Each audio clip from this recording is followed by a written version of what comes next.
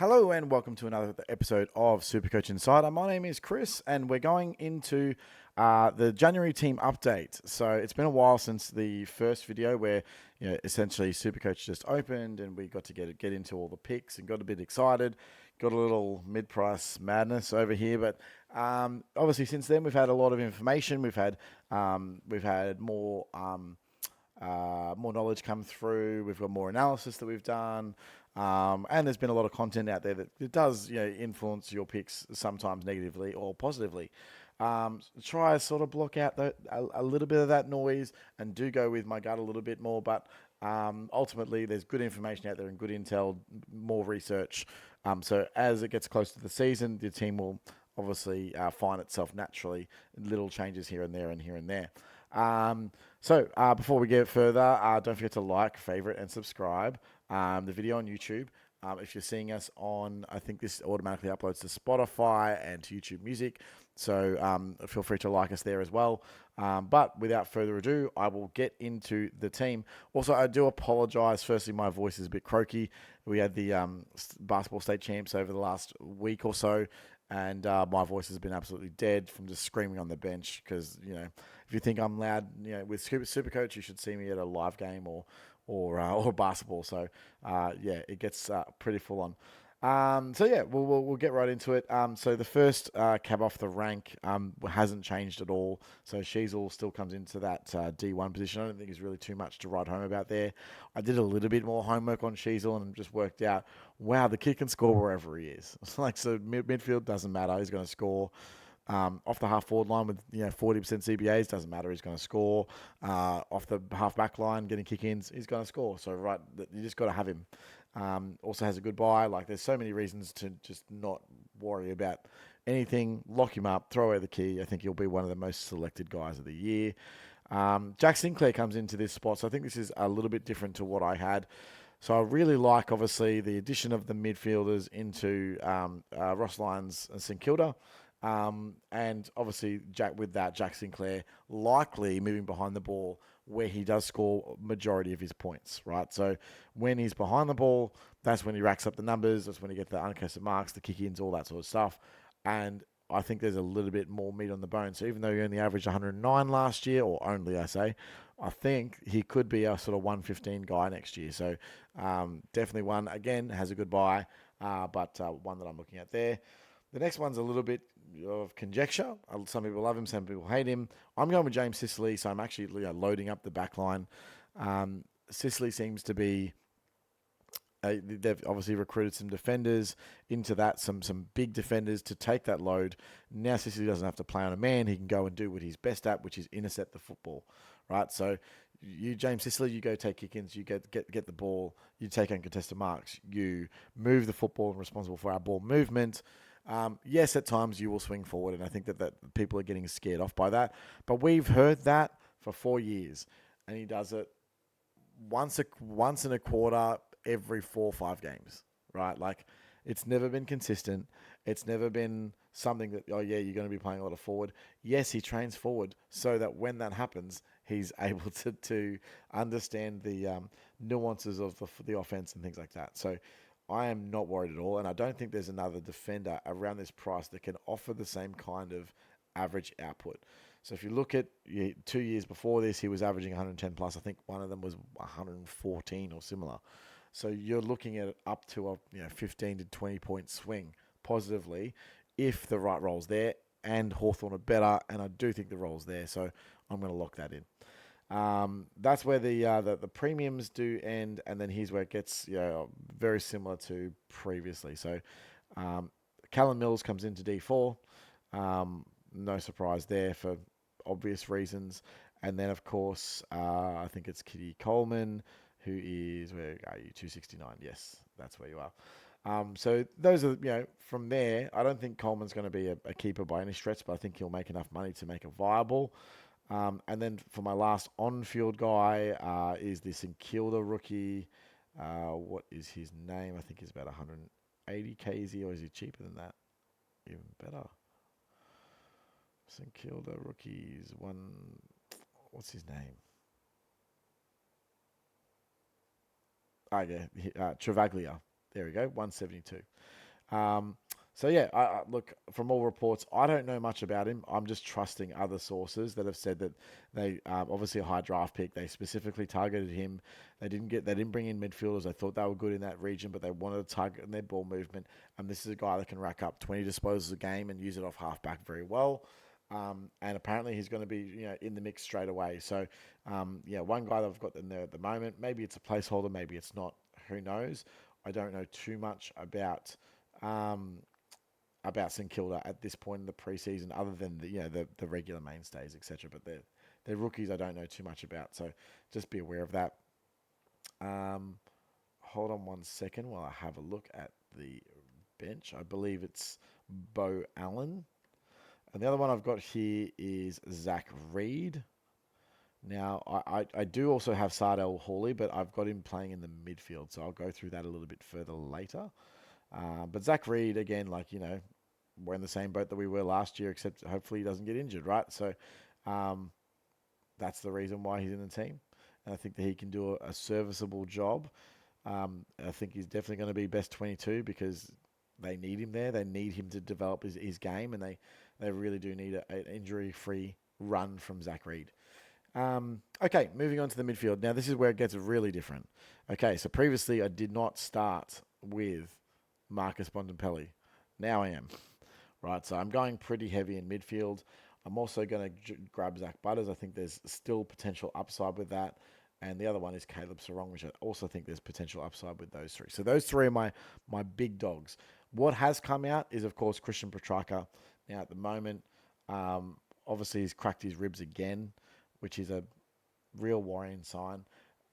And I kind of I don't know if it's the same rib. I don't know if it's a similar injury or as hard. It's probably not as bad as it was earlier, right? Where it was life-threatening at some points. But now he will have a modified preseason, which he wasn't having before, right? He was looking fit and trim, blah, blah. Will his role change because of that? Do they not want him as much inside and maybe they use him a bit forward? If he's going to be susceptible to knocks, opposition teams potentially going to target, big tackles on Petrarca to test out the ribs. I don't know. There's a few question marks at the moment, and it's enough for me to go, let's find the money for Bont rather than let's ride the train with Petrarca at this stage. So he might come back in before the season starts, but at this point, I'm running with Bont. Now, moving on to the next position, that is Petrarca's teammate, Clayton Oliver, which I still have here. Oh, that's not there. I still think that, you got to sort of buy in on the upside of Clayton Oliver.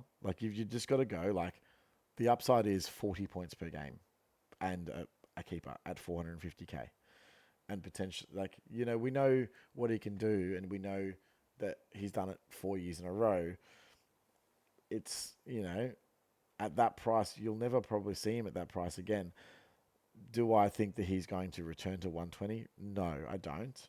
But there's every chance he goes 110, and at 110 at 450k, he's still very, very in the mix, right? And he'll be very highly owned. When Supercoach opens, you'll be able to tell ownership and things like that. He will be extremely high owned. He might even be the number one player, right? I don't want to be hedging against Clayton Oliver this season. And again, if he turns out shithouse or he gets injured or whatever it may be, you can just trade him out. But you'd rather start with him, right, than have to try and scramble to get him in. So that's what I've gone with there. Alrighty. Now moving on to the next one. I think this is where it gets a little different. Yeah, a little bit. I don't think I had this guy in my team previously. But I've gone Isaac Cumming in the M5 range. Now, there is a chance, of course, that he plays wing, and I'm completely aware of what can and can't happen with this pick. But at the moment, it's looking to be pretty safe, and I am of the opinion that he's probably more likely to play behind the ball than in front, get kick-outs, etc. And we've seen what he can do. I think he averaged in the 90s. Ooh, was it once or twice? At that point, he's going to be a cash cow. Can he be a keeper? Maybe. He's probably more like the guy that gets upgraded last. And if he plays enough in defense, he probably gets DPP round 6. So you can swing him back there or use him as a swing to help your team out.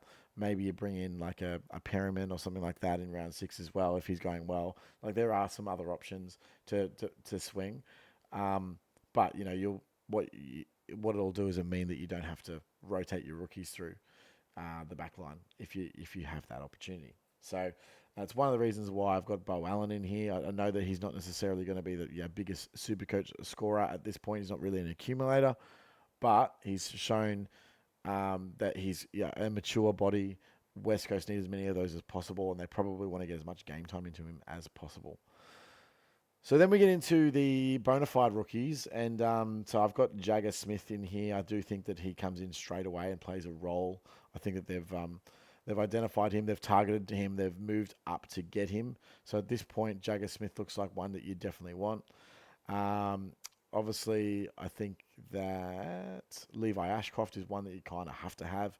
Now, whether or not you're playing on the bench might be, depending on role, how good he goes in preseason, but I think you want to have him anyway, regardless. And then the last one is, I should say last one. There's quite a few more, but on field starter. Oh, actually, I don't even think I have him on field. I had Lindsay in here. Where's Lindsay? I think he's a little bit more expensive, isn't he? Oh, this just looked so good earlier. 158, yeah. Lindsay, from all reports, is a bona fide chance to start this year. And I want to get on that if he is, and he's got a good pedigree for scoring, which is also very positive for Supercoach. The other one that I had in here was El Hawley, as I mentioned earlier. So I'd probably have him as an on-field selection over Ashcroft at this stage, just because I just don't know what I'm going to get at the moment with Ashcroft. I've also got Josh Smiley on the bench as well, who I think is the most likely of the Richmond recruits to start round 1 or round 0, I should say, and to be a decent Supercoach option moving forward. And then the last one's Clay Hall. So, popular selection last year at times. Obviously used as a sub, got a lot to offer. I think that he does get some more time, especially early in the season, and that could be from round 1. So we lock that in at this point. All right, Rucks. Cherry hasn't changed at all. What has changed is the news with Darcy coming out with, I think he's dropped like 15 kilos or something like that, which is huge for a guy his size. And it could really help with his injury situation where he's just constantly getting injuries. Having that lighter frame may mean that he's able to save himself from some of those injuries. So it might be easier on his knees. He can play out games longer. We know Darcy's a machine in terms of point scoring. So, what does that open up? Now, we'll say that the likely scenario is that Darcy doesn't play all those games because that's what he's proven over his career. But this R2 position's really up in the air. And what I want to try and do is get someone who I think is going to be okay and serviceable, but gets me to the point where I can identify R2, pick them up at a really good value, and then potentially pivot to them as well.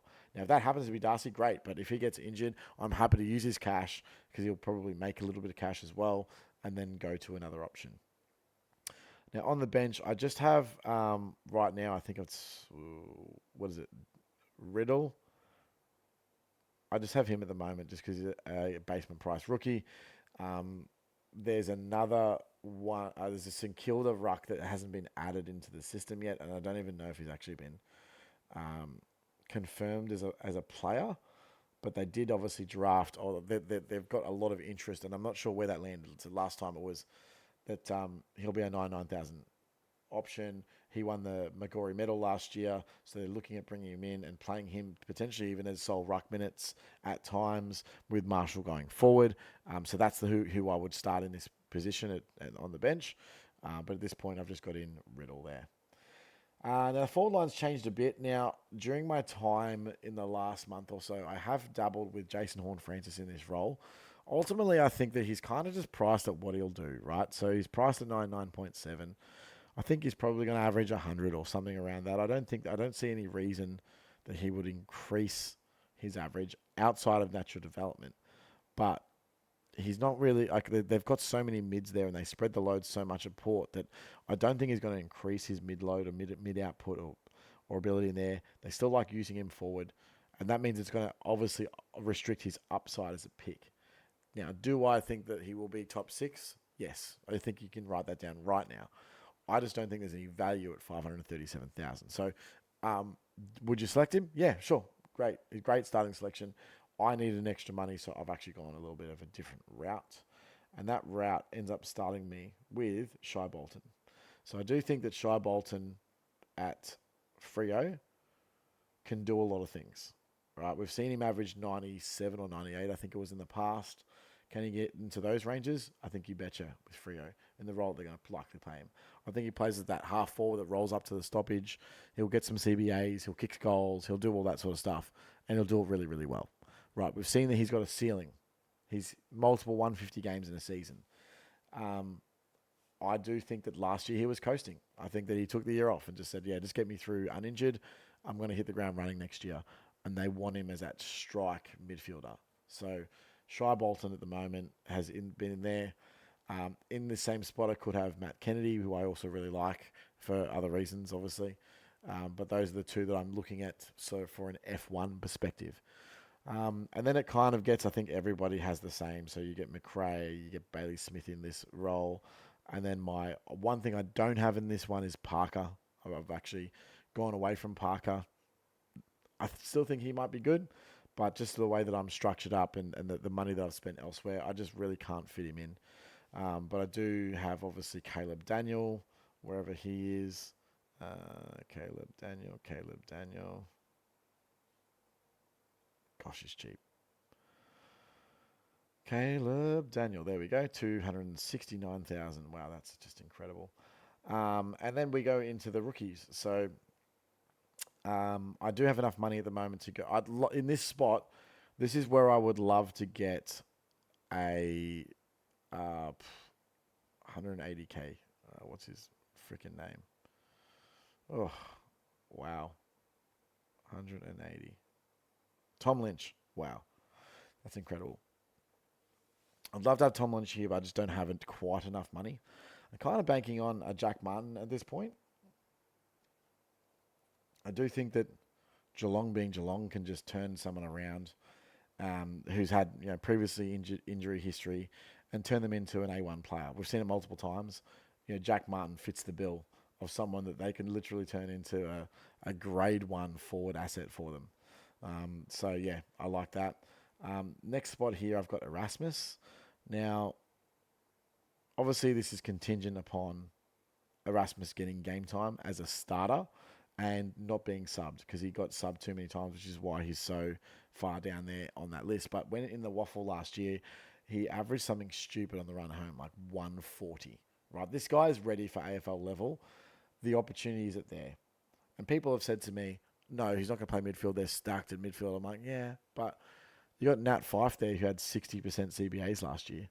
Like, surely we just say, okay, you've done your job, mate. Thank you very much. You can just be there as backup. Come in if you need you, but we got to get time into Erasmus. We got to get time, more mid opportunities to Brayshaw. It's Caleb Sarong's midfield now. Hayden Young's in there. Like, do they really need 60% CBAs?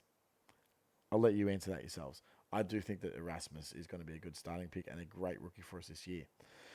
Okay, on the bench, we've got someone like Elijah Hewitt. I think most people currently have him on there. That's a no-brainer pick. And then the other one that I've got here as well, who I think will start early, is Jacob Constantine, I believe his name is. So, he's a small pressure forward who was drafted by Sydney. I think he was a mid-20s pick and just never got the game time there because obviously they're very strong in that forward position. They're guys that are sort of just outside the 23, guys like Sam Wicks, guys like... off the top of my head, but there's a couple of small forwards, small pressure forwards that are just a little bit ahead of him, and I do think that the door is open there with Jacob Constantine. So there's a potential to get in there round one. North need guys that can pressure the ball and keep it in the forward 50. I think that he might be that kind of guy. It's very early in the piece, but I do like that. And I think 90% of people really for the flex are all going the same option, and they're going with Matt Flynn. Just really too cheap to pass up on. I do think that he becomes the number 1 ruck this year. And it's just going to be a really easy 200k-ish, hopefully that he makes in that position. He can also cover Darcy if he gets an injury, and then we go from there. So that leaves us with 11,000. As I said, there's a couple of decisions there that I'd like to make, and maybe I can get a 30k to get, if it's 33k, so I need 22k. Like, where do I pull that from? Bo Allen, there's potentially 17k in there, or if I go down to a 119 rookie. There's some other rookie options if someone presents that we could potentially pivot to. But overall, structurally, I think this is a much better team. It takes into consideration the buys as well. Freo, there's a lot of Freo players. I do think it's Freo's year. But none of Sheasel, Sinclair, obviously, great premium options. I think Sinclair's a value option. I know he does. I think he does have a buy early, but as a value option, I think that Sicily's going to be fantastic this year. Mid-priced option, Mills is probably the pick of the bunch in the defensive line. Everyone's going to have Coleman. Bont, Butters, Sarong. There's probably not a better 3 starting players this year in midfield, I don't think. Oliver, obviously, your value selection. Your super value is Isaac Cumming, who's got the defensive potential, who could swing into your back line. Your two rucks, who I think will be 1 and 2B. There's a lot of question marks on 2. He could be 2. He's got the scope and the ceiling for 2. Is Max Gorn still going to be that guy? Does Tim English turn around and go, okay, we can play with this ruck rule? What happens with Grundy? There's quite a few guys that are all around the same scope. Darcy's the only one that can really push, say, 115 to 120 average, in my opinion. Sky's limit for Shai Bolton. It's more of I need that 100 grand to get up to a guy like Bont. So I'm going, say, instead of getting, I'm not sure who's 600k, let's say Merritt, right? Instead of getting Merritt in this position, I'm getting Bont and Bolton as opposed to Merritt and JHF. That's essentially what I'm doing. And then the rest of the team speaks for itself. That is it, guys. Thank you very much. I really hope you enjoyed the update on the team. If you have any questions, obviously hit them up in the comments below. If you want to get your own team reviewed, also do the same. But this series generally happens all throughout the preseason until round 1, and then we'll update you with our final round 1 team when the buzzer goes. Thank you very much, guys, and we'll talk to you soon. Cheers.